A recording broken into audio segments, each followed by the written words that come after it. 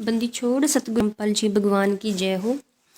परमात्मा की सभी प्यारी आत्माओं को सत साहिब। कुछ हमारे भक्त भाई बहन ये कहते हैं कि साध संगति करने का आदेश गुरुजी ने कब दिया। घर पर भंडारा करना और गुरुजी को भोग लगाने का आदेश गुरुजी ने कब दिया। तो भक्तों, गुरुजी ने घर पर साध संगति करने का आदेश ही नहीं बल्कि साध संगति घर पर करके भी दिखाई है। जब गुरुजी ने इस भक्ति मार्ग की शुरुआत की थी, गुरुजी ने भक्तों के घर पर भी सत्संग किए। वहां पर भंडारा भी बनता था, गुरुजी को भोग भी लगाया जाता था। गुरुजी ने हर एक किरदार को निभाकर दिखाया अपने भक्तों की, भक्त को कैसा होना चाहिए, भक्त का रहन सहन कैसा होना चाहिए। गुरुदेव भगवान ने खुद परमात्मा होते हुए भी एक भक्त की भूमिका निभाई। परमात्मा होते हुए भी आज संत की भूमिका में है। पहले परमात्मा ने अपने तत्व ज्ञान से अपने बच्चों को सत भक्ति की पहचान करवाई और सतलोक की जानकारी दी। उस समय गुरुजी ने पाखंड पूजा को छुड़वाकर मोक्ष मार्ग की सही पूजा विधि की पहचान करवाई। अब वर्तमान में साध संगति गुरुजी ने अपनी पहचान करवाने के लिए शुरू करवाई कि अपने भक्तों को जगाने के लिए कि गुरुजी ही कबीर भगवान है। आप कहोगे कि हम तो गुरुजी को अपना भगवान मानते हैं, मैनेजमेंट वाले भी गुरुजी को भगवान मानते हैं। अगर संगत गुरुजी को भगवान मानती है तो भगवान वाले गुण गुरुजी में क्यों नहीं देख रहे? भगवान जैसा आदर गुरुजी को क्यों नहीं दे रहे? अरे भगवान तो अंतर्यामी होता है, गुरुजी को अंतर्यामी क्यों नहीं मान रहे? अगर संगत गुरुजी को कबीर परमात्मा मानती, फोन पे प्रार्थना नहीं लगवाती। फोन पर प्रार्थना कौन सुनता है? साधारण जीव। कहाँ से आपने गुरुजी को अपना परमात्मा मान लिया? अगर मैनेजमेंट गुरुजी को भगवान मानता, संगत की प्रार्थनाएं नहीं लिखता, वे संगत को समझाते कि गुरुजी हमारे भगवान है। परमात्मा आत्मा का साथी होता है। आप प्रार्थना गुरुजी को अपनी आत्मा से कीजिए, लेकिन ऐसा तो कुछ भी नहीं है। अगर मैनेजमेंट गुरुजी को भगवान मानते तो संगत से गुरुजी का झूठा आदेश बताकर राजनीति नहीं करवाते। ये राजनीति का खेल क्यों खेला जा रहा है? गुरुजी को जेल से छुड़वाने के लिए। भक्तों, जरा सोचिए, जो भगवान काल की 21 ब्रह्मांड की जेल से अपने बच्चों को छुड़वाने आया है, उस भगवान को एक जीव कैसे छुड़ा सकता है?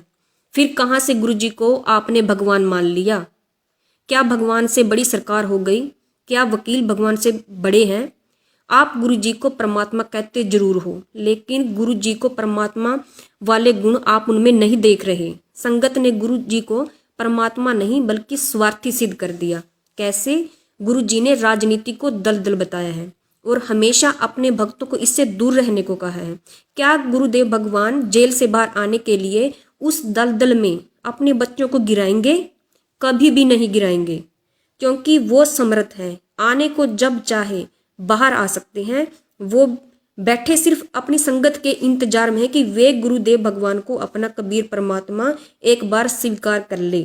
वे गुण जो परमात्मा में होते हैं, वो गुण अपने गुरुजी में देख ले कि गुरुजी ही कबीर भगवान है, उनके अलावा कोई और भगवान नहीं। अगर संगत ये सब चीज समझकर अपने गुरुजी को अपना परमात्मा अपने हृदय से मान लेगी, उस दिन परमात्मा फिर जेल से बाहर आने में देर नहीं करेंगे। अगर संगत गुरुजी को परमात्मा मानती तो वे काल्पनिक कबीर की फोटो छोड़ देते, लेकिन ऐसा कुछ भी नहीं है।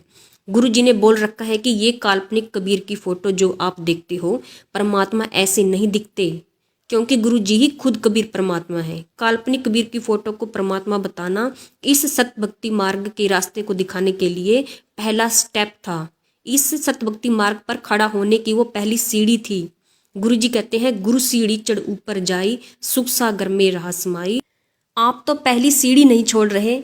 जब आप पहली सीढ़ी को छोड़कर आगे की चढ़ाई चढ़ोगे तभी तो सुख सागर में पहुंचोगे। उसके लिए आपने इस काल्पनिक कबीर को छोड़ना पड़ेगा, क्योंकि गुरुजी कहते हैं, बंदी छोड़ दयाल जी तुम लग हमारी दौड़, जैसे काग जहाज का सूजत और ना ठोर। जब भक्तों को गुरुजी के अलावा कोई और भगवान दिखाई नहीं देगा, तभी तो गुरुजी भक्तों को अपने सतलोक ले जाने वाले जहाज में बिठाएगा। संगत ने तो दो नाव की सवारी में है। एक तरफ गुरुजी को भगवान कहती है, दूसरी ओर काल्पनिक कबीर को अपना भगवान मानते हैं। जो दो नाव की सवारी करते हैं वो हमेशा डूबते हैं।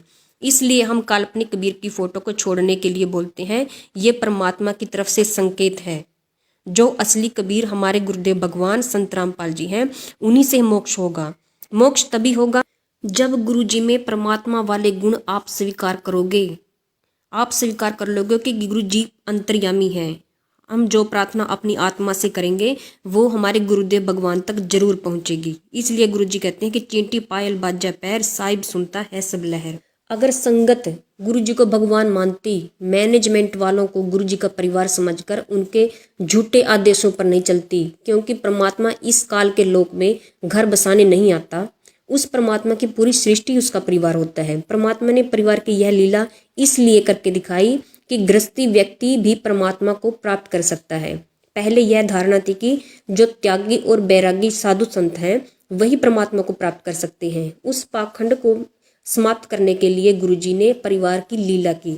अब मैनेजमेंट गुरुजी में परमात्मा वाले गुण क्यों देखेगा? मैनेजमेंट तो खुद स्वार्थी है।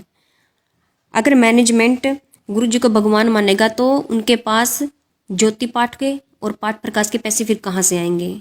भक्तों, गुरुजी ने एक बार कहा है कि भक्त ने देख लेना चाहिए कि भक्त के दिए गए पैसों का गुरुजी सदुपयोग भी कर रहा है या नहीं। अब ये बात गुरुजी ने क्यों कही?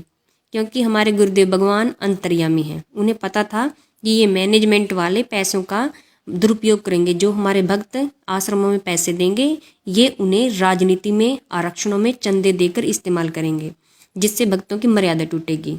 और मर्यादा के बारे में गुरुजी ने कहा है कि ये मर्यादा लक्ष्मण रेखा समझना। लक्ष्मण रेखा पार करने के बाद अगर भक्त का मौत का संस्कार है तो उसे मौत ही मिलेगी। इसलिए हम कहते हैं कि गुरुजी के ज्ञान को आधार बनाओ। ज्ञान आधार क्या है? जो गुरुजी ने हमें सत्संग में भक्ति मर्यादा बताई है कि कौन से हम काम हमें करने हैं, कौन से नहीं करने हैं, किन बुराइयों से हमें बचना है, भक्त का रहन सहन, उसका स्वभाव कैसा होना चाहिए और किन बुराइयों से बचकर इस भक्ति मार्ग पर चलने से हमारा मोक्ष होगा। ये सब ज्ञान आधार है। मर्यादा के लिए गुरुजी ने कहा है कि जैसे माता गर्भ को राखा यतन बनाए, ठेस लगाए तो क्षीण होवे तेरी ऐसी भक्ति जाए। अब मैनेजमेंट ने तो सारे काम जगत वाले करवाकर भक्तों की मर्यादा तुड़वा दी है। ये सारे काम काल भगवान के लोक के हैं जो जगत वाले करते हैं। इनसे हमें बचना था, लेकिन वही सारे काम हमसे इन मैनेजमेंट वालों ने करवा डाले, जिससे हमारी मर्यादा टूट रही है और परमात्मा बेहद दुखी है इस चीज़ से। आप अपनी अज्ञानता के कारण मैनेजमेंट का साथ दे रहे हो। आपकी अज्ञानता की वो चोटें गुरुदेव भगवान की पीठ पर पड़ रही हैं। गुरुजी ने मुझे एक बार दिखाया था सपने में, जैसे गुरुजी घर पर आए, मैंने गुरुजी को दंडवत प्रणाम किया। मैंने जब गुरुजी को देखा तो गुरुजी का पूरा शरीर सूजा हुआ था। मैंने गुरुजी से पूछा, गुरुजी ये सब कैसे हो गया? तो गुरुजी ने बताया कि ये संगत की अज्ञानता की चोटें मेरे पीठ पर पड़ रही हैं। कौन सी अज्ञानता? जो ये राजनीति करते हैं, आरक्षण में चंदा देते हैं और रक्तदान, दे दान, तारीखों पे जाना, ये सब ये मार है। ये अज्ञानता की मार गुरुजी के पीठ पर पड़ रही है। मैंने देखा गुरुजी के पीछे एक हाथ दिखाई दिया और हाथ में बहुत भारी हथियार था जो गुरुजी की पीठ पर बार बार मार रहा था, लेकिन गुरुजी भी कुछ भी नहीं बोल रहे थे। फिर भी गुरुजी को अपनी संगत की फिक्र, बोले आने वाले विनाशकारी समय में इन भक्तों का क्या होगा। इसलिए गुरुजी सत्सेवकों से आप तक संदेश पहुंचा रहे हैं कि मैनेजमेंट को छोड़ दीजिए, ये काल प्रेरित है। सतलोक आश्रम मैनेजमेंट जब गुरुजी को भगवान नहीं मानेगा तो परमात्मा अपनी पहचान करवाने के लिए किसी न किसी को तो अपने भक्त को निमित्त बनाएगा। इसलिए गुरुजी ने पवन दास को खड़ा किया साध संगति के लिए। पवन दास ने साध संगति में गुरुजी के सत्संग से अनेक प्रमाण निकालकर भक्तों को दिखाए और वो सत्संग सुनाए और प्रमाणित भी किया कि गुरुजी ही कबीर परमात्मा है। साध संगत की उस मेहनत से वो प्रमाण देखने के बाद भक्तों में गुरुजी के प्रति इतना विश्वास, इतनी दृढ़ता आई, जिसके कारण आज साध संगत सिर्फ गुरुजी को अपना कबीर परमात्मा मानती है। रही बात जेल से पवन दास के खिलाफ गुरुजी की ऑडियो और वीडियो आने की, तो गुरुजी वही कहेंगे जो मैनेजमेंट वाले गुरुजी को कहने के लिए बोलते हैं, क्योंकि वर्तमान में गुरुजी सब भक्तों की परीक्षा ले रहे हैं। भक्तों की बुद्धि की, उनके विवेक की, जो ज्ञान गुरुजी ने इतने सालों से अपने भक्तों को दिया, उन अपने ज्ञान से अपने बच्चों को हंस बनाया। अब वो उस ज्ञान से हंस बन पाते हैं, उस सच को और झूठ को छान पाते हैं कि क्या कौन सच्चा है, साध संगत सच्ची है या फिर मैनेजमेंट वाले। 600 साल पहले भी गणिका के माध्यम से गुरुजी ने परीक्षा ली थी। वर्तमान में अपने शिष्य पवन दास के माध्यम से सब भक्तों की परीक्षा ले रहे हैं। जो भक्त गुरुजी के ज्ञान आधार से सही फैसला लेगा वही परमात्मा का असली हंस होगा, वही सतलोक जाने का अधिकारी होगा। वर्तमान में गुरु जी को अगर कोई परमात्मा मानता है तो सिर्फ साध संगत है। सिर्फ साध संगत गुरु जी को परमात्मा के गुण से संपन्न मानती है। इसलिए हम आश्रमों में फ़ोन पे प्रार्थना नहीं लगवाते, क्योंकि हम अपने गुरुदेव भगवान को अंतर्यामी मानते हैं। हम आश्रमों में दान नहीं करते, हमें पता चल गया कि वहाँ यहाँ हमारे दान का दुरुपयोग होगा। और दूसरी तरफ साध संगत जो पैसे की सेवा इकट्ठी करती है उसे सदुपयोग में लाया जाता है। ना साध संगत किसी को चंदे के रूप में देती है, ना किसी की राजनीति में लगाया जाता है। जो भी ऑडियो वीडियो जेल से गुरु जी के आते हैं, हम सत्सेवक उन आदेशों को गुरु जी के सत्संग रूपी वचनों से मिलाते हैं। अगर वो वीडियो या ऑडियो गुरु जी के ज्ञान से मेल खाता है तो हमें स्वीकार है कि वो हमारे गुरु जी का है, क्योंकि हमारे गुरुदेव भगवान दोगले नहीं हैं। वो सत्संग में ज्ञान बताकर फिर हमें अज्ञानता के रास्ते पर नहीं ले जाएंगे। अगर गुरु जी के ज्ञान से वो ऑडियो और वीडियो मेल नहीं खाते हैं तो हम उन्हें अपने गुरु जी का नहीं मानते। इसलिए हम सत्सेवक राजनीति, आरक्षणबाजी, ये धरने प्रदर्शन, रक्तदान, देदान, इन सब चीज़ों से कोसों दूर हैं। ये तारकों पे जाना भी गुरु जी का आदेश नहीं है, क्योंकि परमात्मा शब्द रूप में हमेशा अपने भगत के साथ रहता है। तारकों पे जाने का आदेश ये खुद मैनेजमेंट अपनी तरफ से बोलते हैं। गुरु जी ने कई बार हमें बताया भी है कि बच्चों, गुरु जी को हमेशा अपने पास समझना, दूर समझने की गलती मत कर देना। सत्संग के माध्यम से भी कई बार गुरु जी ने हमें बताया है कि मैं ही कबीर हूँ जो सतलोक से आया है। लेकिन हम इतने नादान हैं, इतने अज्ञान हैं, फिर भी उन बातों को नहीं समझते। सुनिए ये गुरु जी का वीडियो। कि तुम तो साधना कर रहे, ये ब्रह्मा विष्णु महेश ये अजर अमर नहीं है, इनसे मोक्ष नहीं हो सकता। वो परमात्मा मैं हूँ, यानी सतलोक से आए हैं, वो सचखंड में हमारा स्थान है, वहां चलो तुम। इसलिए भक्तों, सिर्फ गुरु जी को अपना कबीर परमात्मा मानिए। मैनेजमेंट से कहीं ज़्यादा गुना दुखी गुरु जी को भक्तों ने किया है। अगर भक्त ये संगत मैनेजमेंट का साथ ना दे तो ये मैनेजमेंट वाले कुछ भी नहीं कर सकते। मैनेजमेंट के माध्यम से काल भगवान पूरी कोशिश कर रहा है कि ये संगत दो भगवानों के बीच में उलझी रहे, क्योंकि अगर संगत ने काल्पनिक फोटो को छोड़कर गुरु जी को अपना भगवान मान लिया तो गुरु जी अपने बच्चों को काल भगवान के लोक में नहीं रहने देगा। वो सभी आत्माओं का मोक्ष करेंगे। गुरु जी को खुश करने का सिर्फ एक ही तरीका है, एक ही उपाय है, वो गुरु जी को भगवान मानना। गुरु जी ना तो आपके दान धर्म से खुश हैं, ना आपके जो ज़मीनें इन मैनेजमेंट वालों को दान में दी है ना उनसे खुश हैं।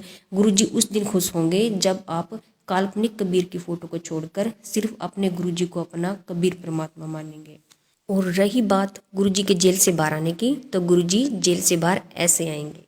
रही थी कि मैंने पवन दास भगत जी का वीडियो तो बाद में देखा था, जिसमें पवन दास भगत जी कह रहे थे कि अब की बार गुरु जी कोई ऐसे नहीं आने वाले जेल से, देश का प्रधानमंत्री पैर पकड़ के लेके आएगा। तो उस बहन ने कहा कि मैंने पवन दास भगत जी का ये वीडियो तो बाद में देखा, उससे पहले ही मुझे गुरुजी ने स्वप्न में दिखा दिया कि देश का प्रधानमंत्री नरेंद्र मोदी हिसार जेल में गुरुजी के पैरों में पड़ रहा है, गुरुजी से प्रार्थना कर रहा है, गुरुजी से गले मिल रहा है। मुझे पहले ही परमात्मा ने दिखा दिया। और उसके बाद मैंने भगत जी का वीडियो देखा तो मैंने आज आपको फोन किया कि भगत जी, पवन भगत जी के द्वारा परमात्मा जो बातें बुलवा रहे हैं बिल्कुल 100% सत्य हैं। तो पुण्यात्माओं, परमात्मा किसी न किसी को तो निमित्त बनाएगा, किसी न किसी को तो खड़ा करेगा। और जब छटनी होगी ना, अभी तो देखा ही क्या हमने, वो समय तो आना बाकी है। ऐसे जेल में नहीं बैठे रहेंगे संत रामपाल जी, और जिन हालातों में आज बैठे हैं उन हालातों में दुनिया उनको भगवान नहीं मानने वाली। तो परमात्मा कुछ बड़ा करके दिखाएगा, बड़ा। दुनिया को घुटनों के बल पे लेके आएगा परमात्मा, घुटनों के बल पे। तब दुनिया को अपनी औकात का पता चलेगा। आज तो 2 टाइम की रोटी लोगों को मिल रही है ना, भगवान भूले बैठे हैं, वो बकवादों में पैर उलझा रखा है। परमात्मा दुनिया को बंदर दिखाएगा, बंदर, बंदर यानी भय।